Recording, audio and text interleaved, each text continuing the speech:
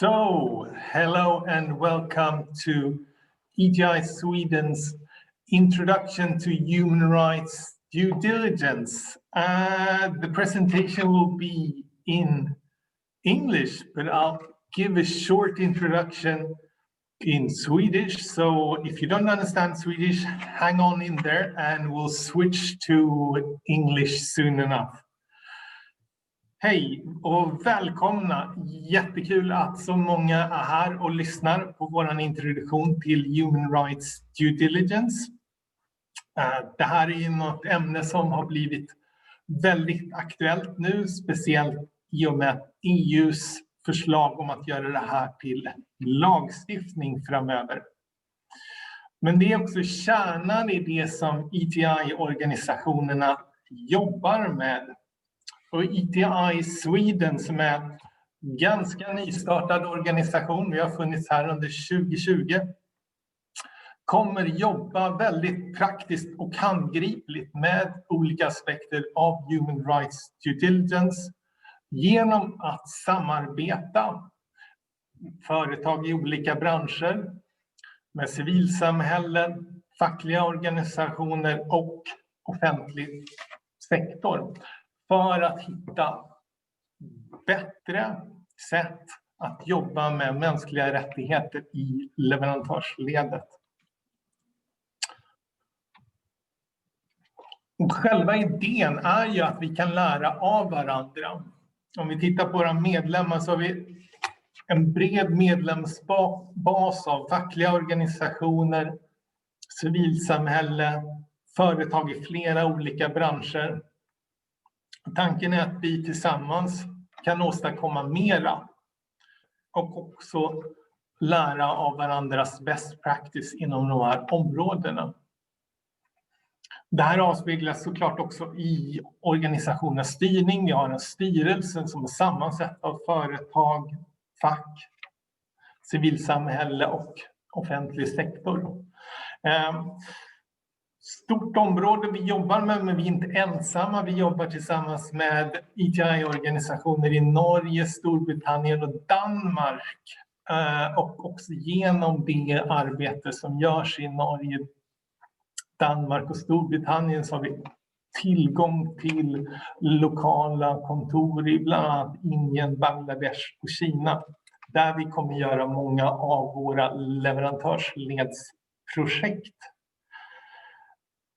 Om ni är intresserade av att bli medlemmar i ETI Sweden så kontakta jättegärna oss. Det är ett utmärkt tillfälle att bli medlemmar i ETI Sweden nu för att vi håller på att sätta upp och bestämma mer precis vad vi ska göra framöver. Så för er som går med nu så kommer ni kunna vara med och forma och påverka vad vi gör framöver. Men nog om ETI Sweden och över till våran gäst Reidun från Etisk Handel Norge som ska berätta om Human Rights Due Diligence. Lite kort om seminariet. Alla är mutade. Ni kan inte säga någonting, men det är helt okej att skriva frågor i chatten. Vi kommer ha en frågepaus i mitten och en frågepaus på slutet. Det kommer vara ett högt tempo, mycket information. Oroa er inte. Vi kommer dela pdf-en av presentationen för de som vill.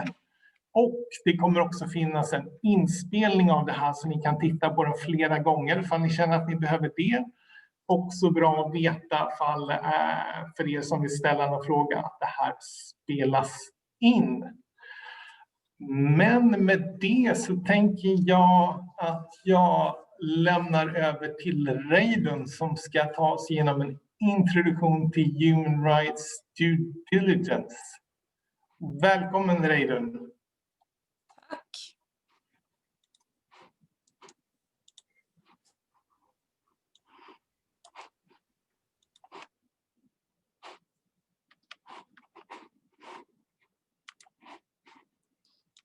Thank you so much for that introduction, Henrik. I'm going to be talking in English just to make sure everyone understands.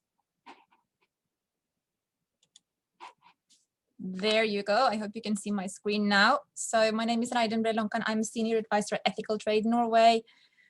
Ethical Trade Norway has been around since 2000. We have around 170 members here in Norway, the same setup as ETI Sweden, more or less. In short, we help our members do human rights due diligence in their supply chain. So we help them with training, counseling, collaboration projects in supply chains, and this webinar is just a quick introduction to some of the stuff that we try to help our members with as well. So it's going to be a quick and dirty introduction. I know ETI Sweden is going to be having more trainings on this in the coming year, so stay tuned.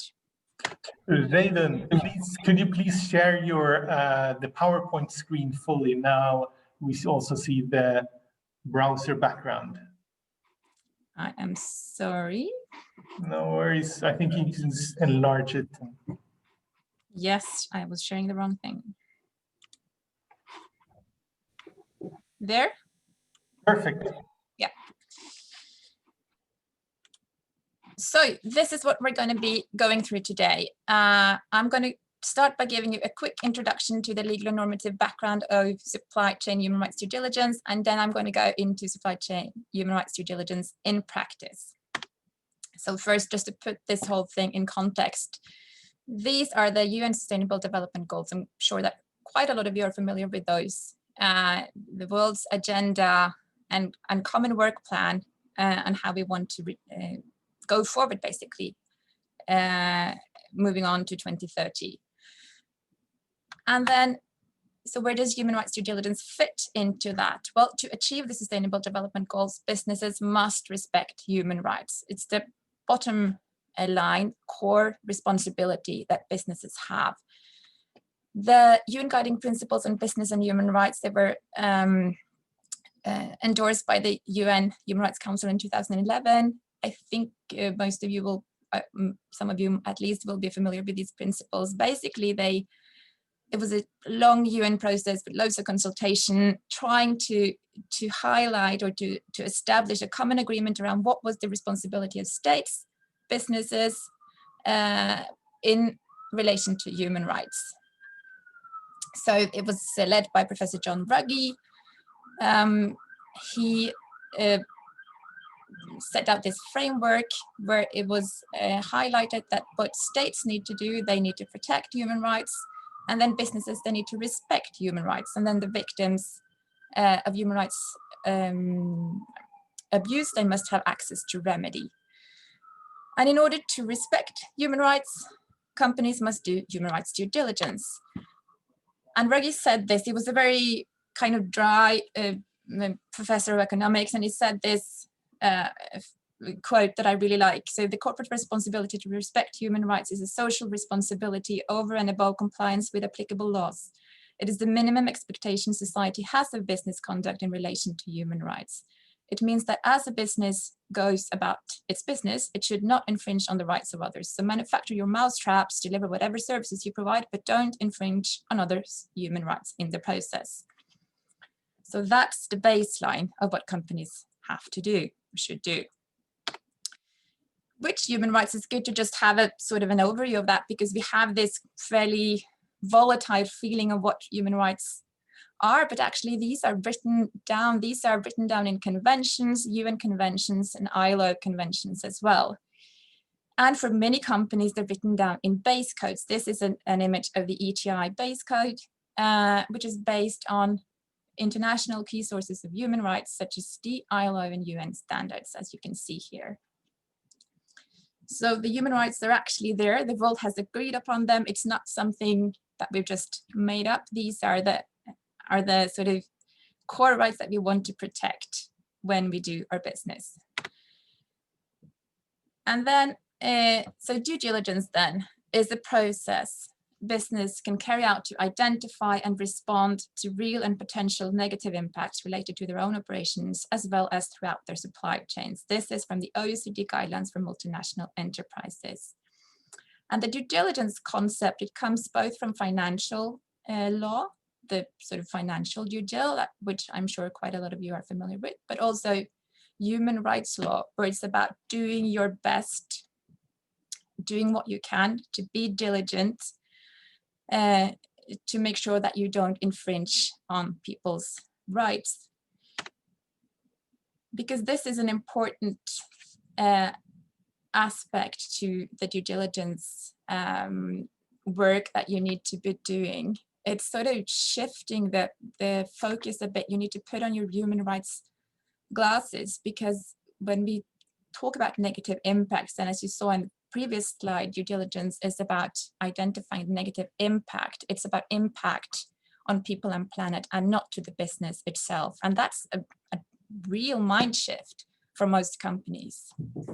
It is interrelated, obviously. I mean, if you end up in a human rights scandal where your suppliers have been involved in forced labor or child labor, it will affect your reputation. But still, it's about putting on those glasses and looking at your business with a view to identifying the impacts on people and planet.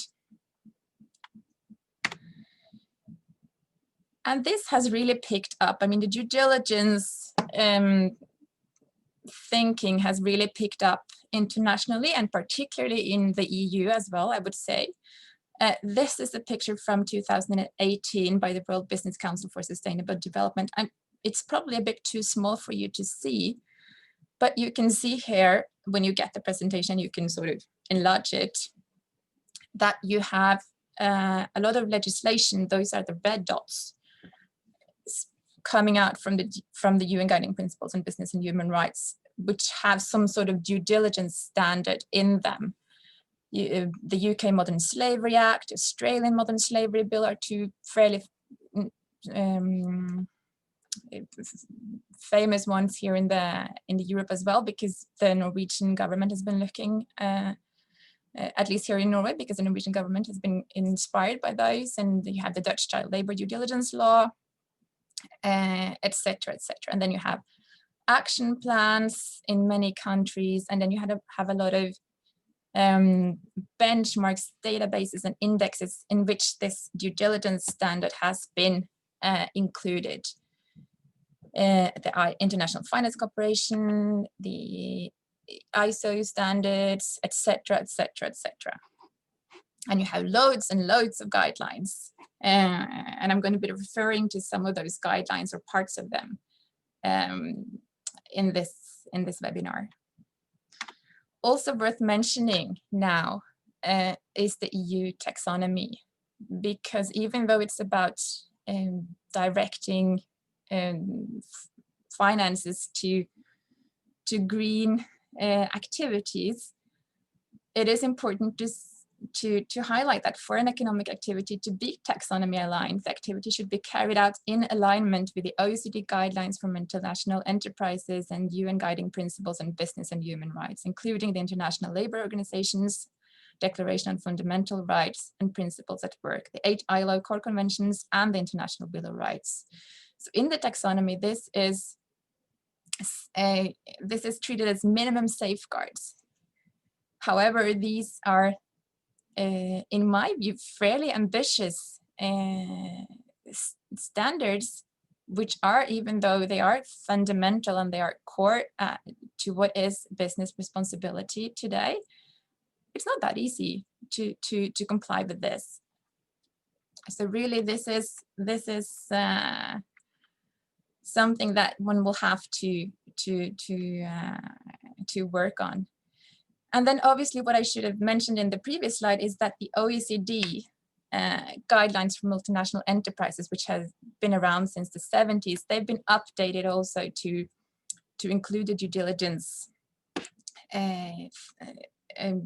articles and standards. And this is important because as all OECD countries are committed to have a national contact point, which are supposed to promote the guidelines for multinational enterprises. They can also receive complaints.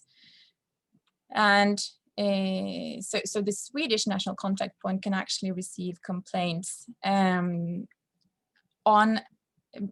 put forward then by usually civil society or unions and related to how a business is doing its business outside Sweden. So that's important to know. So due diligence is core also to that, and there has been several cases where this has been core to the complaint. So this is how due diligence looks when put into a model, trying to break it down into a bit more practical steps. This is a model from the OECD.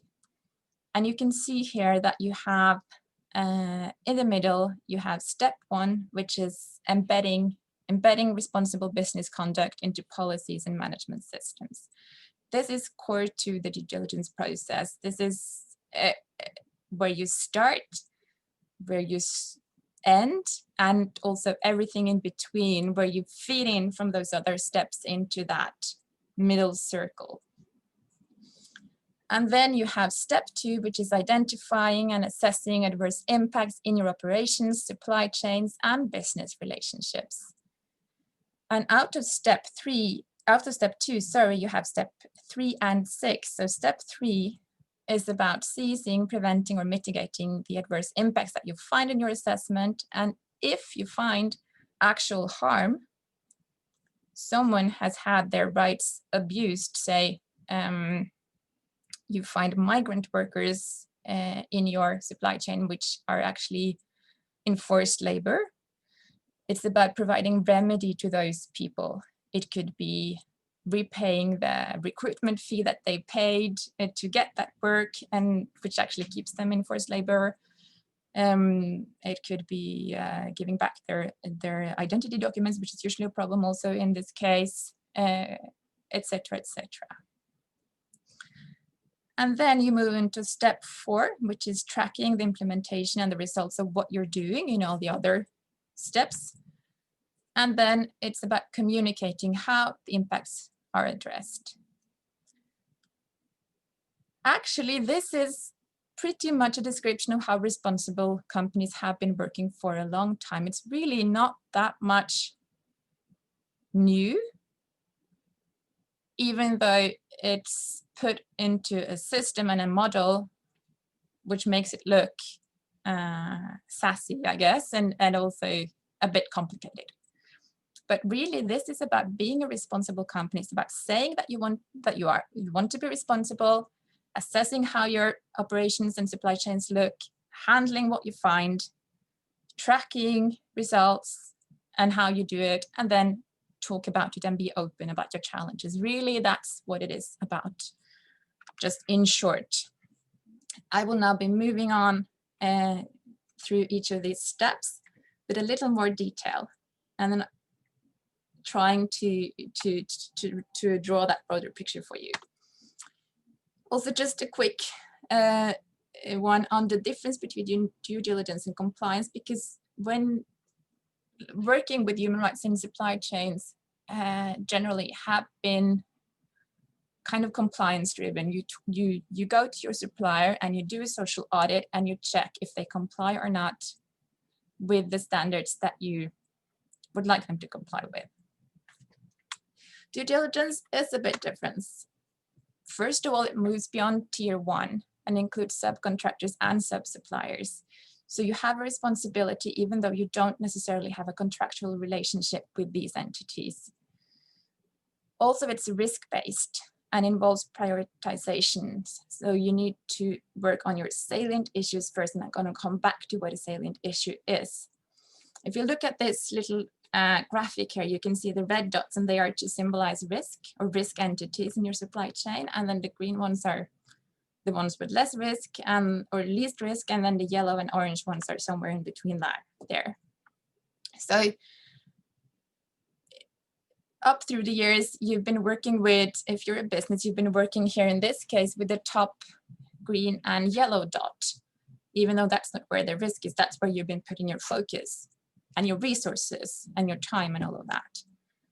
It's not the most efficient way to deal with human rights risks, obviously. So that's what it means when it says that it's risk-based. You try to focus on the red dots, even though that's not what's closest to you or easiest. It's preventive, so all your action is supposed to fit into that middle circle of embedding, where you have all your policies and all your guidelines and management systems, so that you make sure that the risk or negative impact does not happen again. And I'm going to be using, and I realize I've already started that in this webinar, using negative impact and risks, just going between those as the same thing, but risk here is then a risk of negative impact in the supply chain. And then also difference between due diligence and compliance is that due diligence focus on sourcing and purchasing practices. So it's really also about looking at yourself in the mirror and seeing, okay, what do we do that could contribute to this negative impact in our supply chain? It's not always all about the supplier. If we keep pushing prices and lead times, obviously for the supplier, it's going to be harder to uphold good working hours and good wages. It's a dynamic and iterative process, so it repeats itself over and over again. And then it's strengthened through stakeholder involvement as well. That's crucial. Stakeholder involvement is something that you hear a lot about. It's really about talking to people. I'm going to come back to that as well. So first step, embed and organize. This is where it starts, as I said, but it's also what you come back to again and again and again. And we have members who've been with us since the beginning, and they keep coming back to us and saying, you know, our due diligence work, it kind of just stops. I cannot move forward on this. And then together we sit down and look at how they are doing, and then we see, okay, well, you know, it's because these and these people are not on board. The embedding of this work has not been successful enough for you to be able to do your work as you should. So this is really, really an important step. So what is it that needs to be embedded? In short, it's a or more policies saying publicly that our business will respect human rights, and we expect the same from our suppliers. In the latter part, preferably, you would include that in contractual agreements. But in short, you need to embed some guiding documents which makes clear to the world, to your company, to your business partners, to your suppliers, to everyone, what your position on this is. And it should say that you will respect human rights. There are some, I put in an example of the Marks and Spencer human rights policy here. I think it's quite good. You can find that on their website and look at that if you need inspiration for a policy. And I put in the Varner. Varner is a Norwegian company in garment, in retail, textile. And I put in their supplier code of conduct because I think that's quite good. And you can find that also on the Varner website if you want to look at inspiration. So what is it that should be organized then? Well, that's basically when you have the policies, you want to make sure that people have know their responsibility for implementing these policies, and you want to make sure that you have internal reporting routines to enable that responsible business practice which you promised in the policy and your guidelines. And for all those of you who have global supply chains and you have products produced around the world and you sell them in your home market or elsewhere, the buying function must be included. The buying function is crucial in following up and also for successful due diligence. They are the ones often in touch with the suppliers. And they have the price and the bargaining. I mean, the buying function, if you look at it in a broader sense, this is key. So for us, we always involve the buying function in our work with the members. That's really important. So step 2, which is what most people wonder about when they start their due diligence work, is how to assess.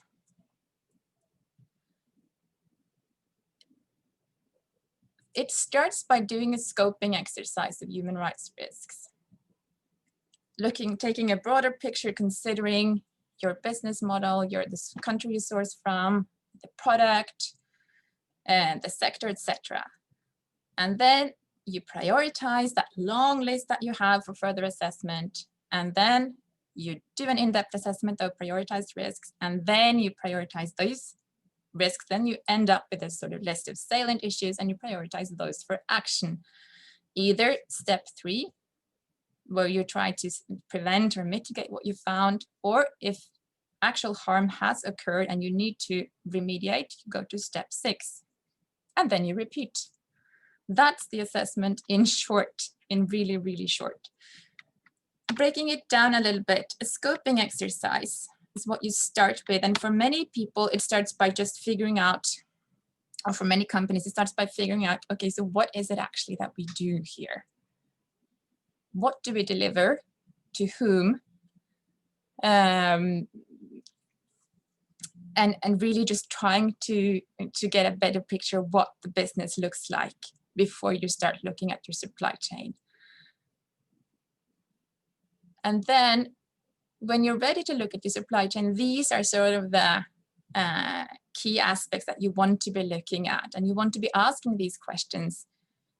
And you will not have all the answers in the beginning. You need to make a map, sort of, or make a list, and then broaden your understanding as you go about. But you want to be asking, where are our products manufactured? Because the country aspect is crucial when you look at human rights risk, obviously. You want to be looking at what are the typical human rights risks in our sector.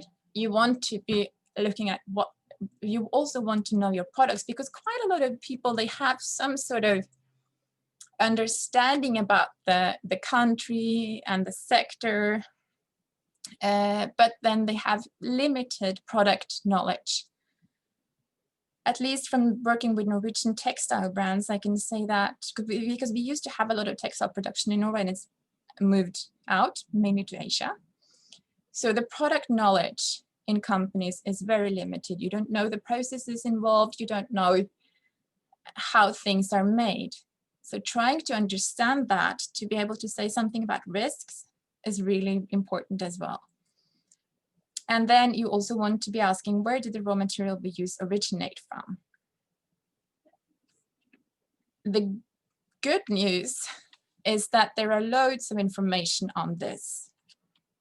There are many, many sources of, particularly for country risks. And I'm not going to go through all of this, but you will, as Henrik said, you will get this presentation, and this is in Norwegian. I'm sorry about that. If you cannot read it, please contact me, but I'm sure you can also access these links, and they will be in English.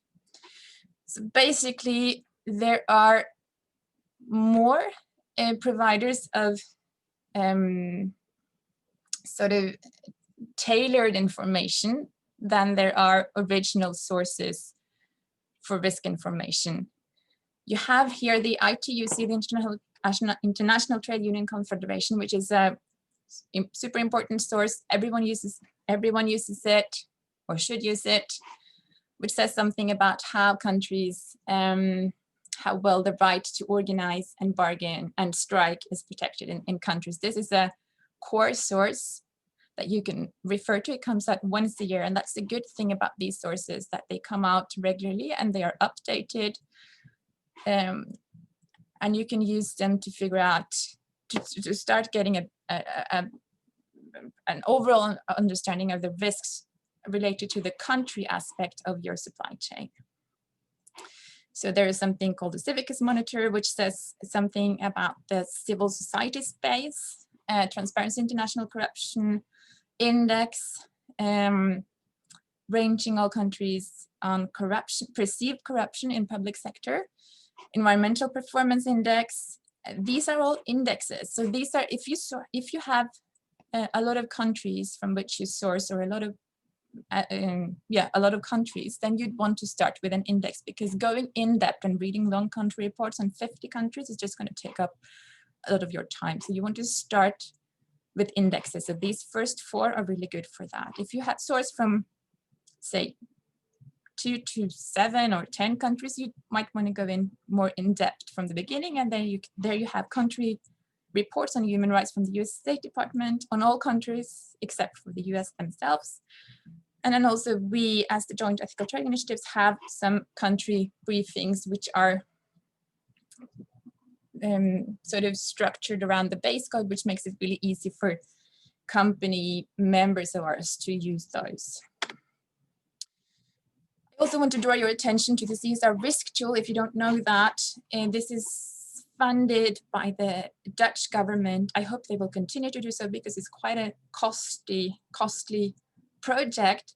But here you can go in and look at, you can have a combination of product and country, and then you can generate a report on the risks found related to that product in that country, which makes it good also as a quick start to get an overview of the risks.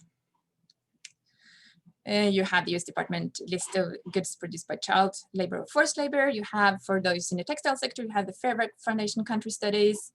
And then also for those of you with a lot of product or a lot of product categories, the hållbar upphandlingsrisikoområden, I'm probably not saying that correctly, but this is for public procurers, but it's quite good also for those of you with a lot of products in your portfolio. And then you have the Verité Commodity Atlas, which is on forced labor, and you have many, many, many more. But these are some of the sort of core, at least on the first page, some of the core sources that you want to be looking at. In the beginning, when you start with this, a lot comes out red. And in this case, this is not Christmas red, but it's risk red. And you are you might feel a bit overwhelmed with the risk that you are facing. After some time, training and just reading more about risks, you realize that there are nuances here. And then you will be better equipped to prioritize, because you want to be prioritizing the salient issues first. And I'm now going to show you a short video about what a salient issue is, because that's also a core concept to human rights due diligence. And this is from the UNGP reporting framework.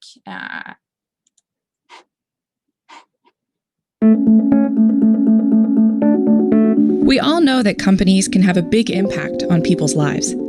That impact can be good. That impact can also be bad. But no matter what, do companies have a responsibility to avoid hurting people? Yes. Since 2011, companies, NGOs, and governments have backed a global standard about businesses' responsibility to respect human rights. The United Nations Guiding Principles on Business and Human Rights.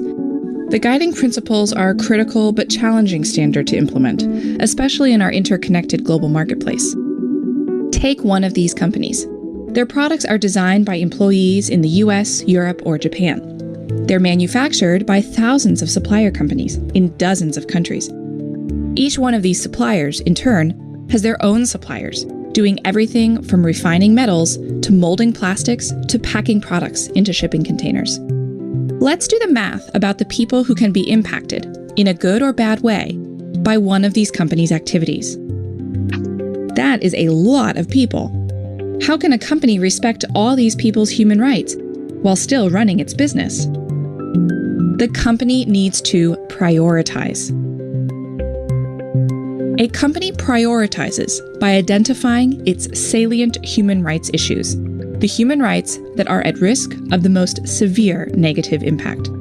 That does not mean companies don't take action on other human rights issues, but it does mean they address the most salient human rights issues first.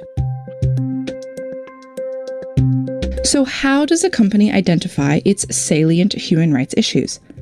There are 3 factors to consider. Factor 1 is scale. This means the gravity of the human rights impact. This does not mean some human rights are more important than others. What scale means is how much someone's enjoyment of their right was set back as a result of what the company is doing. The worse the impact, the greater the scale. For example, in its 2015 report using the UN Guiding Principles reporting framework, Unilever identified forced labor as a salient human rights issue and provided detail about the scale of the impact. In its report, Unilever noted that migrant workers, in particular high-risk industries, are known to sometimes be sold into slavery, a grave impact of great scale. Factor 2 to determine a salient issue is scope. This means the number of people who are or could experience the negative impact on their human rights. For example, in its 2015 report using the UN Guiding Principles reporting framework, Ericsson identified the right to privacy as a salient human rights issue. Ericsson noted that many people around the world are increasingly concerned about multiple government surveillance using telecommunications networks, pointing to a broad scope for this issue. Factor 3 to determine a salient issue is remediability. Can the impact be put to right? For example, in Anglo American's 2014 Sustainable Development Report, the company highlighted health and safety issues as a top risk to people. In its reporting, Anglo American highlighted risks related to long-term occupational diseases and fatal work-related accidents. These kinds of impacts cannot be put to right and are thus irremediable. These three factors are how companies determine if a human rights issue is salient and should be prioritized for action and reporting. The companies in these examples are not only reporting their salient human rights issues, they are also taking action to reduce these risks. Learn more at ungpreporting.org.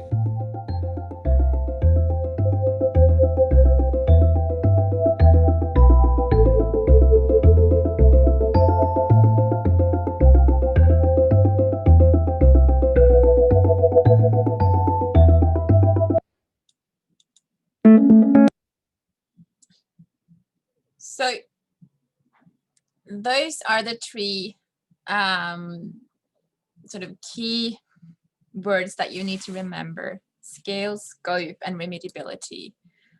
And it's easier said than done prioritizing, even when you have those three sort of guidelines to guide you, because you will probably never get this correct either way. But if you use those actively, and if you try to sort of test the risk that you found by asking, okay, is this, how is the scale here? Is it really, really serious? How is the gravity? Scope, how many are affected? And then remediability, can this be put right? Can it be fixed? You know, I mean, can it be put to how it was before the harm happened? If you use those to guide you, you will hopefully come a little bit closer to finding your salient issues in your supply chain.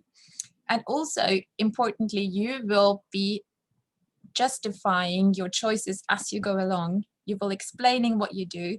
And that's also important in due diligence work, because you will have to justify, because you cannot prioritize everything at once. You cannot do everything at once. So you need to start somewhere. And then by justifying, say the media finds a scandal somewhere in your supply chain, and you hadn't put that on your salient issue list or your salient risk list. If you can justify why you hadn't, because you were focusing somewhere else, because that's even more serious, you might not be off the hook, but at least you will have an explanation to give. So this is Marks and Spencer's graphic list of their most salient food human rights risks by country. So they source from these countries and more. And then they did this internal exercise and looking at their supply chain and looking at their risks, and they came up with this. And this is how their clothing and home category list looks like. From reading sources of risk information, from talking internally to those who know the supply chains, and the category managers, the buyers, the sustainability people or ethical trade people, they came up with this list. And then you have the, you remember I said that that due diligence is strengthened by stakeholder involvement. So also for Marks and Spencer. And they are quite fortunate, or they put resources into this work, so they have their own sort of human rights council with human rights experts, which they consult from time to time, and they also then talk to their stakeholders in their supply chain, and they listen to them, and they modified their list, which you will see. But stakeholders, it's just important to say that you can see here this picture of people. So obviously the top 3 pictures are workers or community, people in community, indigenous people in a community from which companies source, say they source cattle, they source meat, or they source soy or something, which are affecting indigenous people's communities. And then you have the workers in your supply chain. You have their representatives, because you will not always be able to talk directly to their workers, but there are, in many cases, their representatives through unions or committees might be a good option.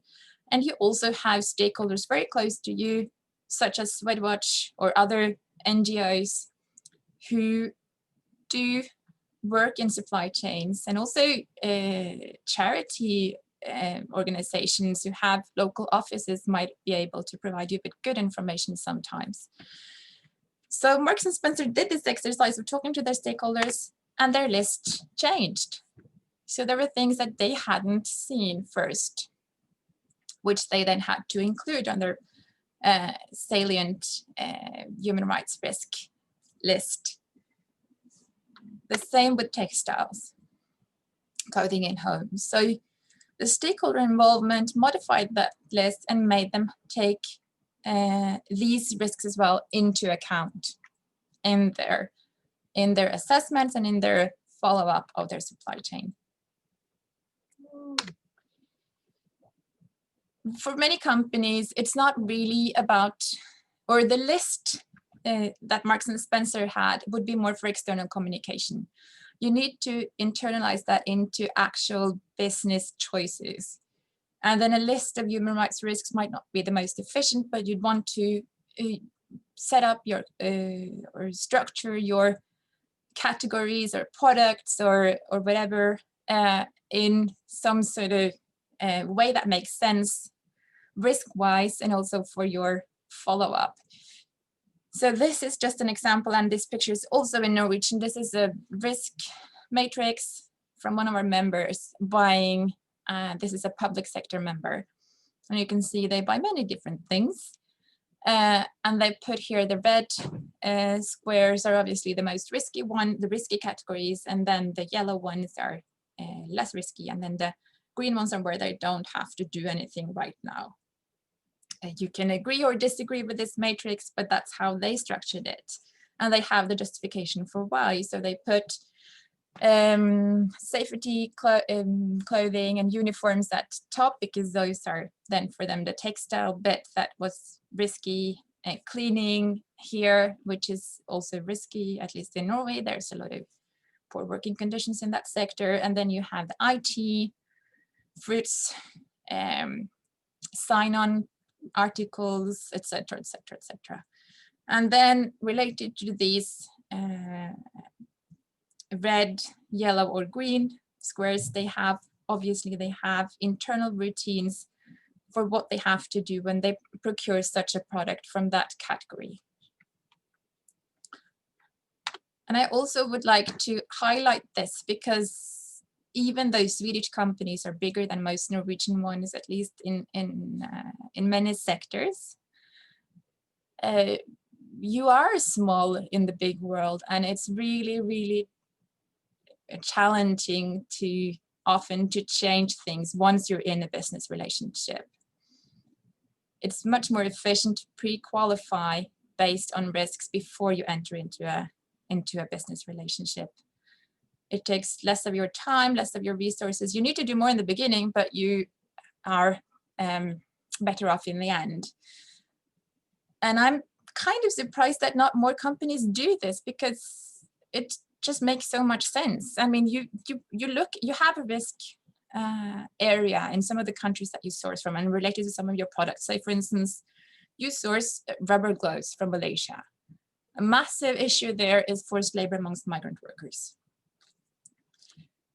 you can have a pre-qualification criteria when you engage or when you start a business relationship in Malaysia, that all your suppliers, they must commit to the employer pays principle, and they must document that no migrant workers pay recruitment fees themselves, for instance. Then you take away one key risk element to the forced labor area, because obviously if you've paid recruitment fees, you are sort of trapped in that working situation until you've got that money back.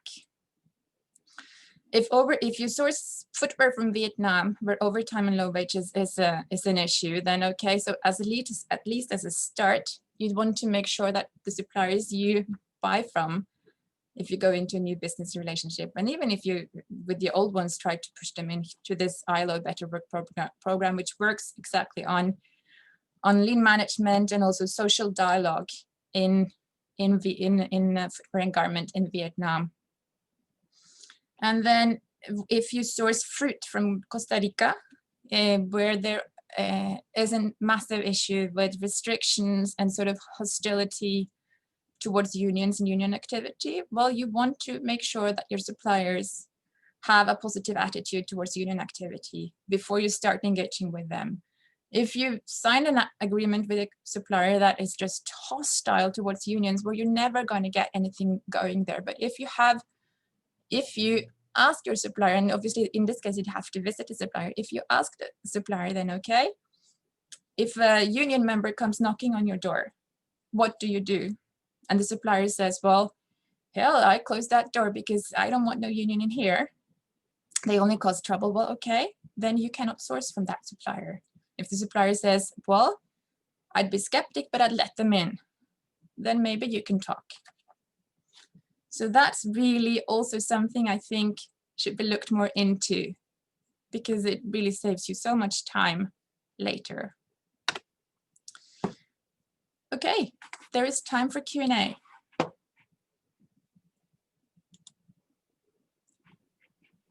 Great, thanks a lot for that quick and intense introduction. We have some questions. We've had, for example, you mentioned a lot of the tools for assessing risk, country risk, and one of the viewers asked if Amfori BCI risk list is a good source for the index score. Very specific question. Yeah, it can be. I mean, they use the same original sources as everyone else, and they tailor it a bit related to their experience. I mean, but you have to be a member, I think, to use that. So only for BCI members, this is an option. Yeah, but that's a good. I mean, that's a good option. It's also structured, I think, around the code that they are using, the supplier code of conduct they're using. So I mean, if you're a part of that, it makes sense. One thing that should be mentioned is that you have risk countries and not risk countries, and depending on the sector, I'm not sure. I think it's improved a lot as well, but just depending on the sector, that just make sure. Say, for instance, Norway is a low risk country, but we have had cases of forced labor in agricultural production, for instance. So, you know, you need to also use your head a little bit. Yeah. Another question about supply chain that we all have more or less is the IT sector. So considering we all have this supply chain for all our activities, has there been any human rights due diligence already done there, so one can just tap into the thoughts that have already been put into that? Yes, there have been quite a lot, I think. I'm just thinking I can include, I took that out, but then I had a slide on actually the Swedish Hållbar Upphandling has done quite a bit on that, the regions, and they've got quite a good, they both made sort of like a short list of where the risks are. and what you should look at. And I think also they made, at least in Norway as well, they made sort of suggestions for qualification criteria when you source IT, and then what you should look for. Say the raw materials would be, and the conflict minerals, obviously you want to be looking at that and make sure that they do what they can on that part by being part of their responsible mineral initiative, or having Dodd-Frank Act or similar sort of reporting. They have quite a lot of work on that, and I think there have also been other reports. I can see what I find and then send it to you. Also, this is of course something you can contact us at ETI Sweden for afterwards if you want to discuss details in that. The last quick, maybe not quick question, but maybe you can give a quick answer. I thought it was interesting. You know, a lot of us are working also on environment and climate. Can you integrate that when you do your human rights due diligence, so you can throw that in the mix, so you only need to do one due diligence? Yes, that's the short answer. I just did one more. I mean, I was asked to do a human rights due diligence introduction. We do, I mean, in our base code here at Ethical Trade Norway, we have also environment and climate. We integrate those. Obviously, climate is sort of, you can look at it through a human rights lens, or you can look at it sort of separately. I mean, the planet will just might collapse if we don't deal with that. And then the environmental aspects as well. So we include that. I mean, you can do due diligence on whatever standard you want. I mean, it's just, you just find your standard and you do due diligence on that. So we use our base code in which environment and climate and anti-corruption and animal welfare, just to make it easy for us ourselves. They're all included. It's really about, okay, so this is what we're aiming for. This is the standard we want to uphold in our operations and in our supply chain. How does it look out there? And there are sources. I mean, there are animal welfare indexes as well. They're not great, but they're there. They're a start. And then you work from there. So really, yes. And key here is also is not, if you end up with an Excel sheet for all the different sort of, one for human rights and one for environment and climate, and then one for corruption and one for animal welfare, it's going to be hard to manage. So it's really about putting it or including it in the internal routines that you have. And I know it's really easier said than done. It's really, but you need to, okay, so how do you do your purchasing? Where are your stop and go functions? What can you include there? Who needs to know what? So what do the suppliers need to know from you? What do you need to ask repeatedly? And also the stop and go function. I mean, for climate, for instance, the pre-qualification criteria could be that they have to have a renewable energy source, at least in an energy intensive production. And for environment, I mean, if you source from a water stressed area, then your suppliers need to have responsible, sustainable water management. They need to have closed, how do you call that? Like closed systems, and they need to they should have the best technology available. There is, just as an example for that, there is the best available practice for dyeing 1 kilo of cotton is 100 liters of water spent. The worst, which depends on the machinery, is 4,000 liters. So really, you can make a huge change by just, by sourcing from the suppliers who have the best available techniques or machinery in place. And if your suppliers are good on the social side, but they're not yet great on the environmental side, then can you collaborate with other customers to help them improve? Can you co-invest? What can you do there? Yeah. Great. I think we'll, after this short Q&A break, we'll go on to the second part. I know there's some more unanswered questions, but I hope we'll have time to get back to them at the end. So, Reidun, for your second part of the Human Rights Due Diligence introduction. Okay. So now you have an overall understanding of the risks in your supply chain. Let's assume that. So you want to be digging deeper. You have a list areas where you want to investigate more is this: how are our suppliers dealing with those risks? So we've seen that, you know, in Vietnam, overtime and low wages. We've seen that in Malaysia, forced labor. We've seen in Costa Rica, union hostilities, for instance, as were the examples before. So you want to be looking at how your suppliers are actually dealing with that. So how do you go about?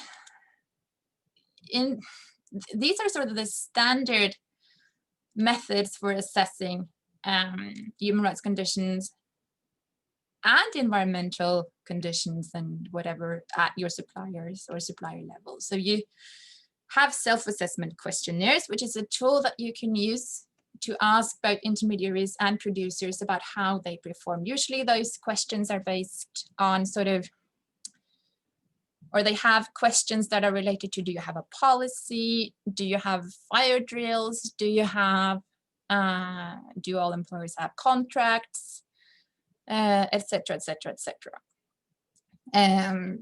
And then for when you ask intermediaries, obviously you ask about their systems and how they follow up on their producers, so you won't have that. It's sort of one step further away from the production. They can, if in some cases, they can lead to awareness raising at suppliers. In many cases, they just tick the boxes, I'd say. In social, and then you have obviously social audits, which you can do through, for instance, for the BCI, which was mentioned, and also SEDEX is a system, is a protocol. There are, in general, it's an on-site visit where an auditor looks at a given protocol and then how the supplier performs related to that protocol. And then you have your own visits that you can do as a company, not now with COVID, of course, but hopefully within not too long, you will be able to visit your business partners in the wider world again. And then you have stakeholder involvement, which I mentioned just before as well. I'd say that in general, the first two are used too much and the last two are used too little.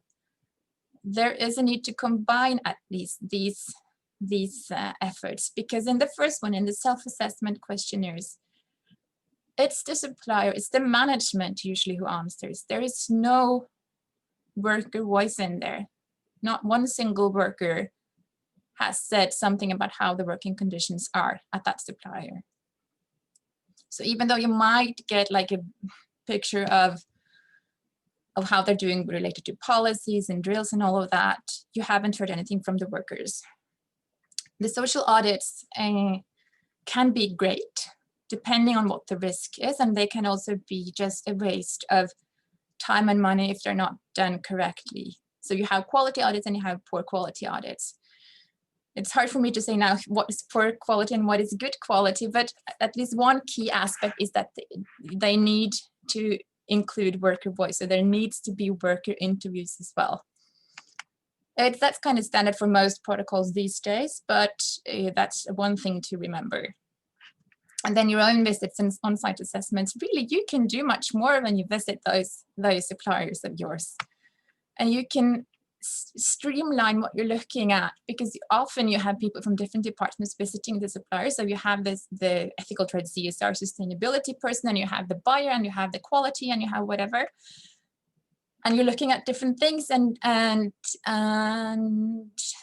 there is so much potential there in just making a short list of what you want to be looking at and what you want to be asking. So if the risk is child labor in that site, then when visiting, you could have a general conversation without being like looking at as a police officer coming into your supplier. You can have a general conversation about that, like what's the minimum age? How is it here? Are there many kids? Are there issues with schooling around here? You can talk about that with your suppliers without jeopardizing a relationship. And then stakeholder involvement, they have so much to say. Just an example, we have a member, this is a few years ago, they had been sending out self-assessment questionnaires to their suppliers for many years, and they always came back like, okay, kind of green risk-wise. And this was India, and they realized that, and they heard then about this stakeholder involvement, due diligence. Okay, we need to look at the broader picture. So they found out then that in that one area where they sourced from, it was really an issue about with contract workers, or workers not having proper contract, and they were and recruitment fees and labor brokers, which held people on really poor contracts. And they had been asking in the self-assessment questionnaire, there was a question about contracts, and it always came back, yes, they have contracts. But then they engaged with the Norwegian union, which put them in contact with an Indian union, and they realized that this is a massive issue here. So we need to talk to our supplier about this. And they had then a union representative also with them and informing them and guiding them in how to ask the questions. And they found out, well, the contract, it wasn't with the supplier, it was with the labor broker, and the supplier really didn't have any clue about what was in there. And the contract was rubbish. It was really, really bad. It was wages below minimum level, etc. And they cannot find that out with using a self-assessment questionnaire. They needed to talk to other people. So that's just an example for that. And also, yeah, use different methods for gathering information. This is a summary of non-compliance issues in the SEDEX systems from 2011 to 2017. So you can see here the tallest pole is related to occupational health and safety. Social audits pick up on that. Social audits is a good tool for picking up on health and safety issues, for wages and wage registration as well, for hours and registration of working hours as well. And regular employment, like checking, do they have a contract, do they not? Social audits pick up on that. If you look at forced labor or freedom of association, which is FOA here, discrimination, social audits is not the best tool. It doesn't pick up on that, because it's what you see when you visit the factory is what is usually picked up in an audit and in a non-compliance issues list. And if there is forced labor, well, then they will be gone by when the auditor comes. I mean, they will have, even though it's not announced, there will be like a light or a special music playing or something. Very rarely will a social audit find that. And discrimination, I mean, if these people are discriminated, how do you know how they are feeling? And how do you know how these women are feeling if you only talk to this guy? Or if this guy is the social auditor? I mean, in many social audits, if you have a male auditor, the women in most countries will not tell that person that they're being discriminated or sexually harassed. So sexual harassment was not even a poll. It didn't have anything. Difficult to talk about that. It's kind of, you know, it says itself that if you want to be auditing a facility where the majority of workers are women, you need a gender sensitive audit team. And thankfully, this is really improved over the last years, I think, but still it's important to know there are many tools for how you can make your audits more gender sensitive. The BSR, this has one of them. There's a link here that you can look at. I'm not going to go through all of this, but that's just one thing to remember. Okay, so now you have assessed risks and you have a list of salient issues. You've had gender sensitive auditing, you've visited your suppliers, you've involved stakeholders, and you have a list of risks that you want to do something about. It's not actual harm occurred, because that would be step 6, but this is the risk that you can find. Okay, so you want to make sure that you seize whatever, say if there is a, just making a reference to the environmental side again, if there is a ongoing chemical leak, you want to stop that chemical leak, you want to seize that. In most cases, you seize your contribution to a negative impact. So you wouldn't, it will probably be your supplier having that chemical leak and not yourself. But still, that's what you want to be doing first. Stop that.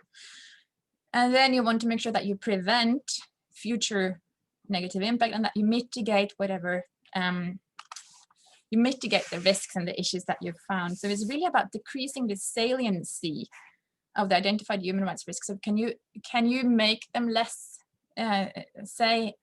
just to be brutal here, if occupational health and safety is an issue at your suppliers, and because there's a risk of people losing their arm, and if an accident happens, okay, by using protective, personal protective equipment, you can mitigate that risk, and you can, if an accident happens, they will not lose their arm. They might get a cut or a nick or something, but they will not lose their arm. That's one way of mitigating. So yeah, but mitigating and preventing, sorry, it's also about internal processes. And I put that because we separate kind of with the three levels here between the supplier and the sector and the country, because it's often far bigger than just you and your suppliers. Often the issues that you find might be systemic, and you might need to include more actors here. And you want to be able to, or you really want to be able to, but it's super hard to try to tackle or to try to address underlying causes. And then you need to work on a combination of all of these. So how do you prevent and mitigate at supplier level? Well, it's the classical demanding of improvements through, for instance, a corrective action plan after an audit. That's a strategy. And in some cases it works. In some cases it just pops up in the new audit. So you need to think, oh, okay, what can I do here to make sure it stops popping up in all the audits I do? And then a strategy is capacity building and collaborations, capacity building of the supplier and capacity building of the workers as well. Strengthening workers' voice.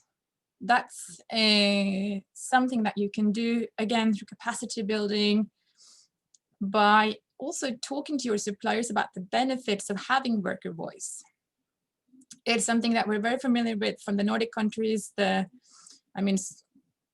social dialogue at the workplace, workers, they talk to the managers and they make suggestions about how to improve. That's something that you can talk to your suppliers about and can actually have a really good impact. And one strategy also is certification. If the risk is in the raw material level, it's really hard to do something about it as a single company. The best way would probably be to certify the product or the raw material in a relevant and credible certification scheme. And then on the sector level, a strategy for preventing and mitigating is joining sector initiative and projects which are target the risk that you want to be targeting. Collaborate with others. You can collaborate with the unions to support them. You can collaborate with your competitors to have a sort of a common front towards your suppliers, where you can also, as I mentioned, say if you want to be, if you want to co-invest, or if you want to do something on that which costs money, then obviously collaborating with the other customers of your supplier is a smart thing. It's less costly for you and the supplier, and you have more people driving the process. It takes some time to coordinate all of that, but it's doable. We have examples of companies doing that, just initiating such projects.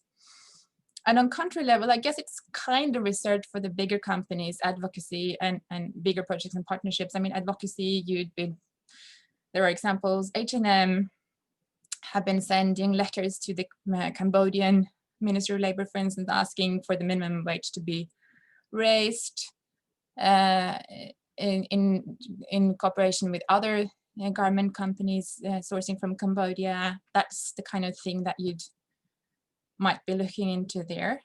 But then you have a really key thing, which is the internal procedures and policies that you have, and your sourcing and purchasing practices and your internal capacity building. Because really due diligence is about internalizing all that risk information and making it into something that your company will act upon every day in every single well, maybe not every single, but at least in all the relevant decisions that they make. So just as an example on the purchasing practices bit, this table is from the ILO. We did a survey in 2016 together with our ETI UK and the Danish Initiative for Ethical Trade and the ILO on purchasing practices. We asked 1,500 suppliers across the world on how their customers' purchasing practices affected their ability to uphold good working conditions. And the full brief from ILO can be found online. I can include a link to that, but this is just to draw your attention to the relationship between purchasing practices and hourly wages. So you can see here, and in particular, number 2 here, where it says very inaccurate technical specification. This is something that has a negative effect on hourly wages on almost 22%. It's massive. You have workers paid piece rate. This is particularly bad for textile, but in all sorts of product development where you design and develop a product together with your supplier, or you just send them a tech pack or a spec sheet or whatever you call it, and it's just not accurate enough. And the workers are paid piece rate and they do mistakes. They don't understand the tech pack, or they have to redo, and they lose money because they're paid by piece. And this is such a quick fix. This is really, I mean, this is a quick fix and it doesn't cost you much. It's not always about just paying more money for the product, but it's about optimizing the process that you have in bringing your product to the market. And this is one of those key areas. And then you can see the other numbers here. I mean, if you agree to pay at least production costs, that has a positive impact of almost 10%. So obviously not all customers agree to pay the production cost. If you impose prices below the cost of production, it will have a negative effect in turn. And then also really vulnerable is that if the supplier only has one customer. And then you can also see that the last 2 squares here is related to the firm, if there is a firm level collective agreement at your suppliers, or if there is a workers' committee and a trade union, that has a really positive effect. Really positive effect. So that could also be, I mean, if possible, it's not possible in all countries, but if there are collective agreements in place, or if there is an efficient trade union, if that's possible, that could also be a criteria for qualifying suppliers that would, it would probably help those workers bargain for a fair share of the price that you pay for your product. This is also a strategy which can be really efficient. It's certifying your products. If it's a risk commodity, certify it. I mean, conventional cotton, for instance, if you look at the figures of water usage and pesticide usage and all of that, you don't want to be buying conventional cotton. You want to certify your cotton. You'd probably want to certify your cocoa as well because of the child labor risk. It's not a guarantee. I mean, we've just had a lot of media coverage on child labor also in fair trade farms in the Ivory Coast, I think, in the cocoa farms. But still, it's in many cases, it's really a good start, as long as it's relevant, of course. So you need to look at the risk that you have and look at, okay, what certification scheme covers that risk? And can I go for that? And then make the argument internally as to why you want to be doing that. You can go in and compare standards on the link here. You can use the link to compare standards and see how they sort of score on the different aspects. There are loads and loads of standards. Just make sure that you pick the right one and a credible one. Okay, so step 6, remediation. That also comes out of step 2. If you found harm that needs to be remediated, this is step 6. So I treat that before 4 and 5, even though it's not logical, I guess, if you go by numbers. So this is about engaging in remediation where appropriate and then ensuring access to grievance mechanisms. So what do we mean by remedy? Best of all cases, you'd be reversing the impact. You'd put the harm to right as it was before the harm occurred. That's not always possible. So if a person has lost an arm and been sexually harassed, then you cannot undo that, but you can help with practice. How do you say that? I mean, replacement hands. Or you can pay for psychological counseling for that person who can help them overcome their harassment history and abuse. Could involve compensation, financial, non-financial. It doesn't have to involve compensation. Sometimes an apology is what the victim wants. And crucially also, it should involve prevention of future harm. It's really key here that victims get redress. It's not about, it doesn't always have to be you or your company providing that remediation, but that the victims will get redress. And cutting supplier ties or ties with your supplier, it's not remediation. It might be necessary because it's not possible to have a good human rights record and keep buying from that supplier, but it doesn't help the victim. So that's key to remediation. So this is from the UN guiding principles again, because this is kind of hard to understand. When do I need to remediate and when do I not need to remediate? So if you caused the harm, you should remediate. If you've contributed to the harm or you may contribute, you want to contribute to the remediation of the harm. You want to take part of that. If you've only identified a linkage between the harm in your operations and products and services, but you haven't caused or contributed to everything, which will be the case in many supply chain sort of situations, you just see that, you know, somewhere in your supply chain there is harm. You don't have an official role. You might want to play, might to do something, even though you don't have like the formal responsibility, because it might come back as the media front page or something, cover page or something. But as you can see here, you don't have a formal role.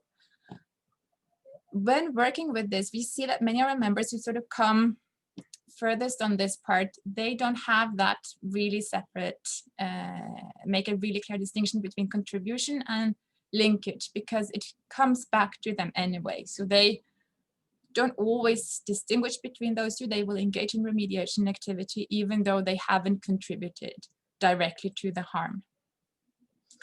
Key here is that you want to act quickly and you don't want to make matters worse or put people at risk, which can be the case in remediation cases if someone sort of puts forward a grievance and related to working conditions at a supplier, and then they lose their job because of that, because you named them when you come back to the supplier. And you want to involve the stakeholders and those affected by the harm and to find out, what do they consider appropriate remediation? Is it compensation? Is it an apology? Is it something else? This is just an example of how you can go about to remediate child labor. I'm not going to go through it, but you can see that in the presentation afterwards. And then about grievance mechanisms. How do you discover the need for remediation? You don't want to discover it like this. You want to take a more proactive role. So that's why you want to be working with grievance mechanisms or ensuring that they're present in your supply chain. It's not the same as remediation, but the purpose of a grievance mechanism is for complaints to be raised, dealt with, and then that the harm is remediated. So you have state-based grievance mechanisms and you have non-state-based ones. And in this case, I guess the operational level grievance mechanisms are sort of the most relevant for you. But even these other ones, I mean, if workers have been unfairly dismissed or they haven't got their dismissal, sort of the money that they're entitled to, if they're dismissed, then it might be judicial grievance mechanisms, which is the best thing that the court will decide in certain countries. But now we're going to focus on the operational level grievance mechanism. And it's not it's just key to say here that it's not about you establishing your own local grievance mechanism at your suppliers, but rather supporting their work and having them understand the importance and benefits of having a grievance mechanism there. The UNGP, United Principles, criteria for effective grievance mechanisms is good to look at for that. And it's really, as a start, ask better questions around how workers can raise complaints at your suppliers, and ask better questions around how your suppliers' attitudes and freedom of association and collective bargaining. These are some questions that you can ask. You will see them in the presentation later. And also just to draw your attention to this, because this is probably the world's most effective grievance mechanism. It's that worker committees, or preferably trade union, which can bargain collectively. It shouldn't be misused or overused, but I mean, if workers are organized, can represent themselves and have a bargaining power vis-a-vis the supplier or the in the industry as a whole, is really the most efficient way to ensure that grievances are dealt with at the local level as well, because that's really what you'd want. Okay, moving quickly now through the last steps. So step 4, track implementation and results. I mean, really this is about finding out, are we doing what we said we should be doing? And is it working? So you can measure many things, and obviously you'd want to be measuring the effect, which is the hardest thing to measure as well, but you can look at compliance, you can look at how do your suppliers score on the social audits that you're doing, and on the self-assessment questionnaires, or according to your own scorecards. You can measure your activities and report on that, how many trainings for workers have been done, and as a result of that, how many workers have been trained, and as if you want to look at change, you want to be looking at, okay, has their knowledge level changed because of that training? And if you want to go all the way to the effect, you'll be looking at, have conditions at this supplier improved because of the activities that we've done? Say in this case, training, have the conditions improved? And we help our members develop indicators for this. I'm not going to go more into detail now, and to try to leave some time for questions at the end. And then last but not least, tell people what you're doing, communicate externally, and also with the affected stakeholders. So these are some examples about around how companies are communicating externally about their human rights due diligence work. So this is Marks & Spencer again, and Warner again. So Marks & Spencer's website here, and they also have something about how they engage with stakeholders. And then Warner is the report that all our members, they report publicly every year, and you can find those reports on our website, and you can read how they report on their salient issues, on the risk assessment, and how they deal with their salient issues. So that can be found on our website, and that will be in the last slide. And then again, the stakeholders, these are often forgotten in this point, but if you've done something to try to tackle issues at your suppliers, make sure that you inform the workers, or that they are informed somehow, by informing the union, or by informing middle management or something, but make sure that workers know what you're doing as well, and other stakeholders. That's it. We have 7 minutes for questions. Very good. We've had a lot of questions coming in. Don't think we'll have time for all of them, but we'll try to email those of you who haven't had your questions answered afterwards. But we got some really practical questions in the spirit of ETI wanting to keep things practical. I'll start with those. Someone was wondering if there's any good software to map supply chains and to do this due diligence work that can help you when you work on this. Loads of software, some of it good, some of it less good.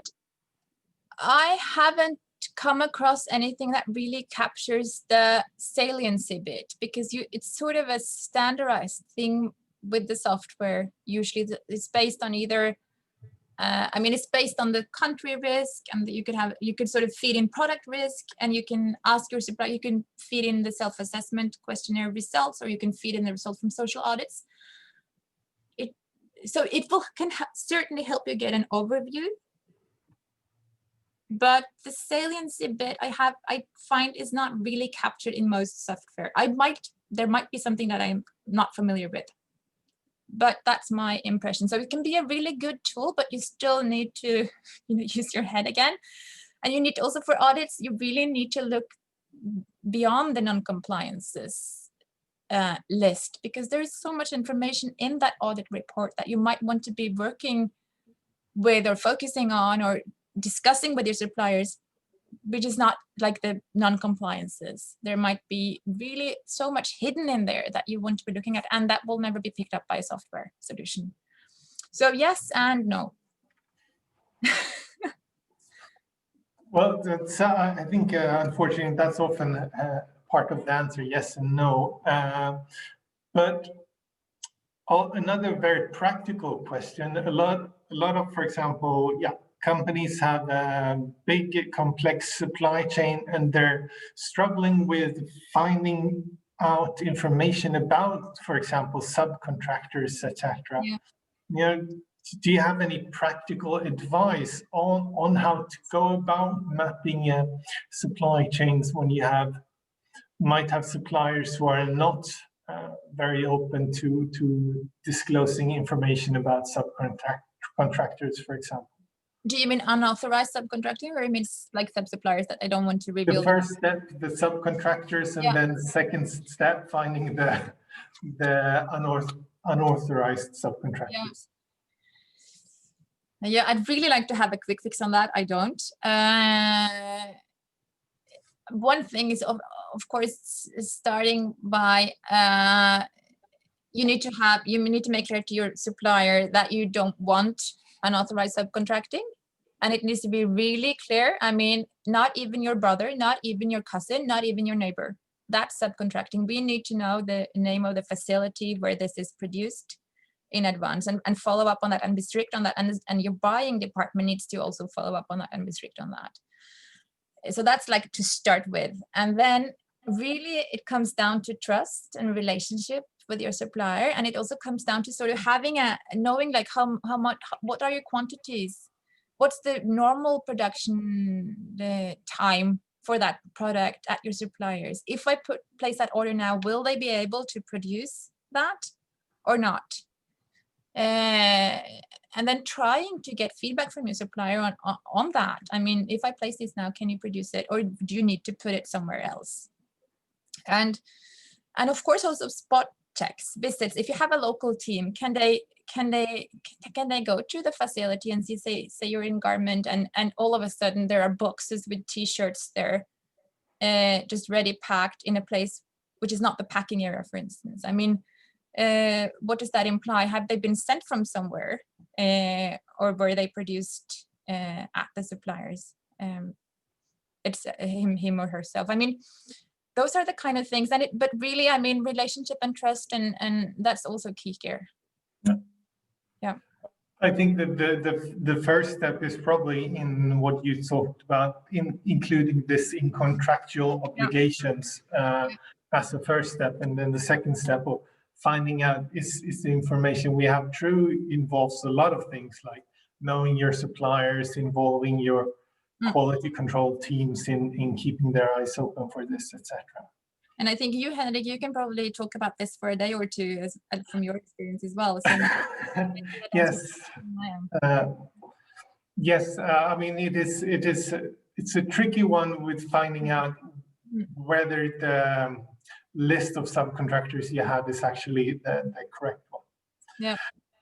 Unfortunately, we don't have the whole day for this. It's coming close to an end, so I think we'll have to cut this short now.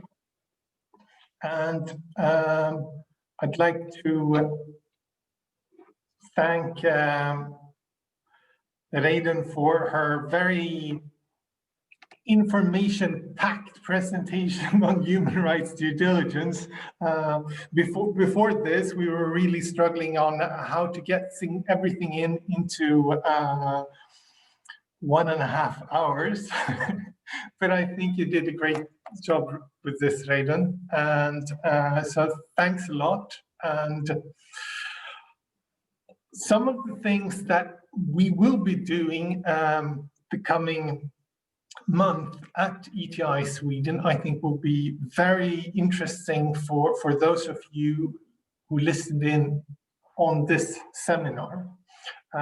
In January, on the 28th of January, we have a webinar focusing solely on actually what we, Reidun and me, were talking about now for the last bit, like practical supply chain work. How do you audit? How do you assess an audit? How do you read between the line? What information can you find that's not in the corrective action plan, etc.? So really digging into that. And I think that's a webinar that's suitable also for your colleagues who are not working on exactly following up audits themselves, but gives them a good understanding on how this is done in practice. Something that will involve more of Reidun next year is also a more in-depth practical training on human rights due diligence that will be done in, I think, 6 steps. So we'll be meet during 6 times during spring to look at each of the steps in the human rights due diligence, how you can practically implement this in your company. And there will be time between these sessions where you can discuss it with your colleagues and see the practical implications of this. So really taking it from this quick 1.5 hour session to really focusing on, okay, how can you implement this, and answering all your questions on the practical difficulties that I'm sure you will run into, because this can be quite a massive work that you embark on. But I think with that said, stort tack till Reidun för en fantastisk presentation. Och sen får jag passa på att önska alla som har varit med god jul, även fall det är en vecka kvar, och ett gott slut på 2020. Så hoppas jag att vi ses på ETI Swedens kommande arrangemang i januari och februari. Tack så mycket. Hej! God jul!